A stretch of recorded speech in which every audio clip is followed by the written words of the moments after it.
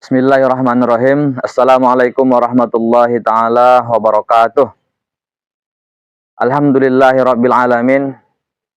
Allazi unjila ramadhana sahrus siyamul lil mu'minin wa unjilal qur'ana hudal linnasi wa bayyinatin minal huda wal furqan.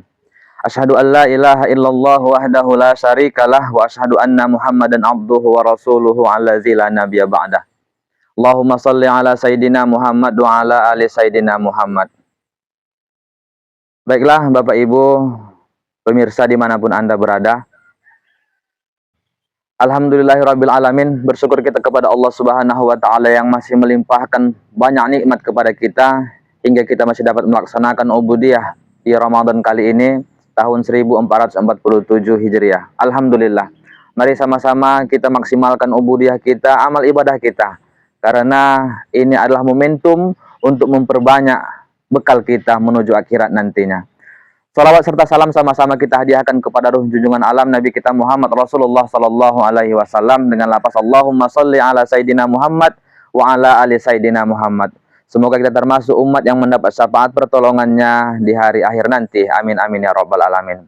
Hadirin pemirsa dimanapun Anda berada, saya diberi amanah untuk membawakan oleh Ketua Pokjaluh tentang materi memberikan pendidikan untuk anak-anak generasi Islam. Hadirin dimanapun Anda berada, Rasulullah Shallallahu Alaihi Wasallam bersabda, "Kullu mauludin yuladu ala fitrah fa abuhu yuhawudanihi au yunassaranihi au yumajjusanihi." Sesungguhnya setiap anak yang dilahirkan itu dalam keadaan suci, bersih, maka sebenarnya dan sesungguhnya orang tuanya lah yang membentuknya, orang tuanya lah yang mewarnainya. Mau anak itu menjadi orang Majusi, Nasrani, Yahudi atau siapapun itu, tergantung bagaimana orang tuanya.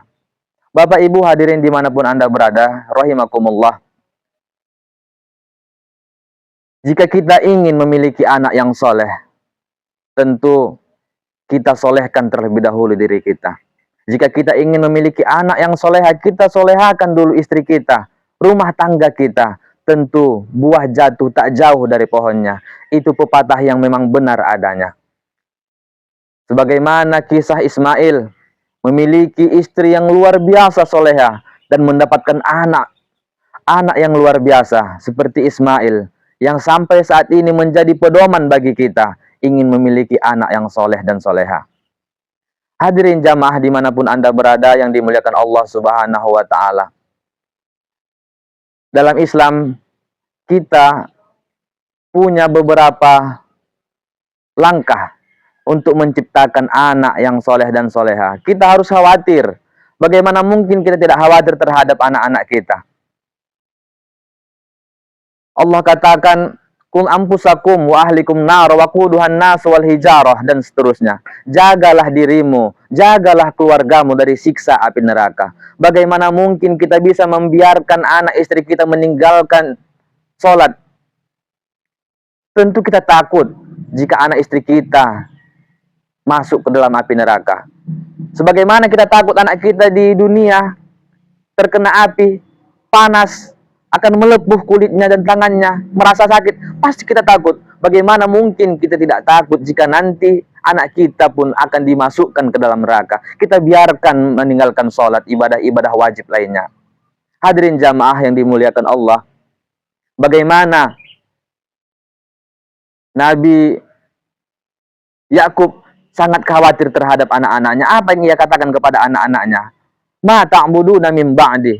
Apa yang kamu sembah setelah aku tiada? Apa yang akan kamu sembah? Ini sebuah kekhawatiran dari orang tua yang mencintai anak-anaknya. Mereka sangat khawatir. Apa yang kamu sembah? Ma ta'buduna min ba'di. Jangan sampai kita yang kita khawatirkan terhadap anak kita, ma ta'kuluna min ba'di. Apa yang kau makan setelah aku tiada? Bukan itu yang kita khawatirkan. Apa yang mereka sembah? Apa yang mereka takutkan? Ini adalah kekhawatiran seorang orang tua yang memang mencintai anaknya karena Allah Ta'ala. Hadirin jamaah dimanapun Anda berada, ada beberapa langkah yang perlu kita jalani untuk menciptakan anak-anak yang soleh dan soleha. Yang pertama adalah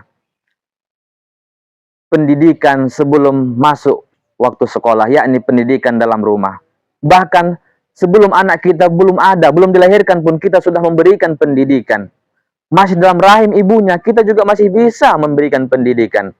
Dalam penelitian di barat mengatakan bahwa kandungan yang ada dalam rahim ibunya masih berusia 20 tahun, itu sudah bisa mendengar, merasakan apa yang dirasakan oleh ibunya. Jika ibunya selalu membaca Al-Quran, membaca sholawat, mengaji dan lain seterusnya, anak yang ada dalam kandungan pun merasakan hal yang demikian tadi.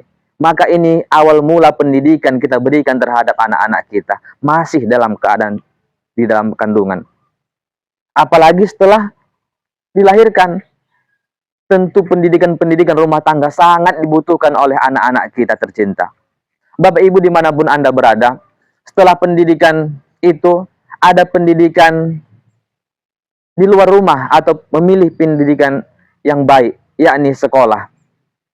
Mari kita pilih pendidikan-pendidikan berbasis agama, berbasis ilmu agama untuk meningkatkan kualitas iman, akidah anak kita. Yang hari ini akidah anak-anak Indonesia umumnya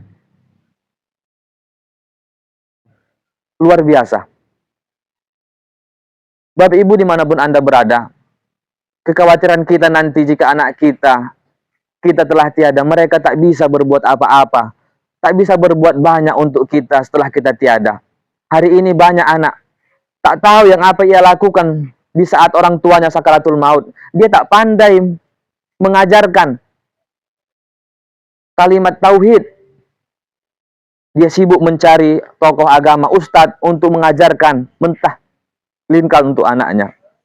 Kemudian banyak hari ini anak tak bisa ikut serta memandikan orang tuanya saat orang tuanya telah tiada. Padahal sejak kecil ia sudah dimandikan oleh orang tuanya.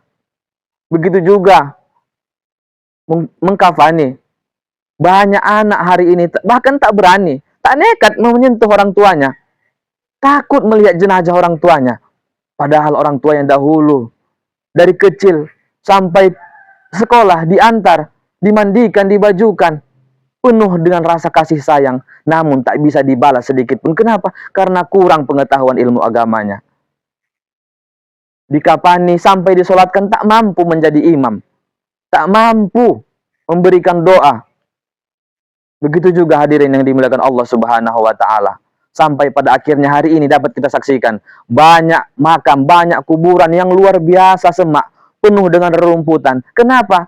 Karena banyak anak tak pernah ingat terhadap jasa-jasa orang tua, tak pernah ziarah, tak pernah mendoakan orang tuanya. Inilah perlunya kita mendidik anak, inilah perlunya kita bisa menanamkan kasih sayang, menanamkan ilmu agama kepada anak, hingga saat kita pun telah meninggalkan dunia, mereka tetap ingat pada kita, tetap mendoakan kita. Hadirin jamaah dimanapun Anda berada, mungkin ini saja sekelumit tentang upaya kita untuk menciptakan anak yang soleh dan soleha. Mudah-mudahan kita seluruhnya mendapatkan anak-anak yang soleh dan soleha, bermanfaat bagi kita dunia sampai akhirat nantinya. Nasrul minallahi wa fathun qarib wa basyiril mu'minin. Assalamualaikum warahmatullahi taala wabarakatuh.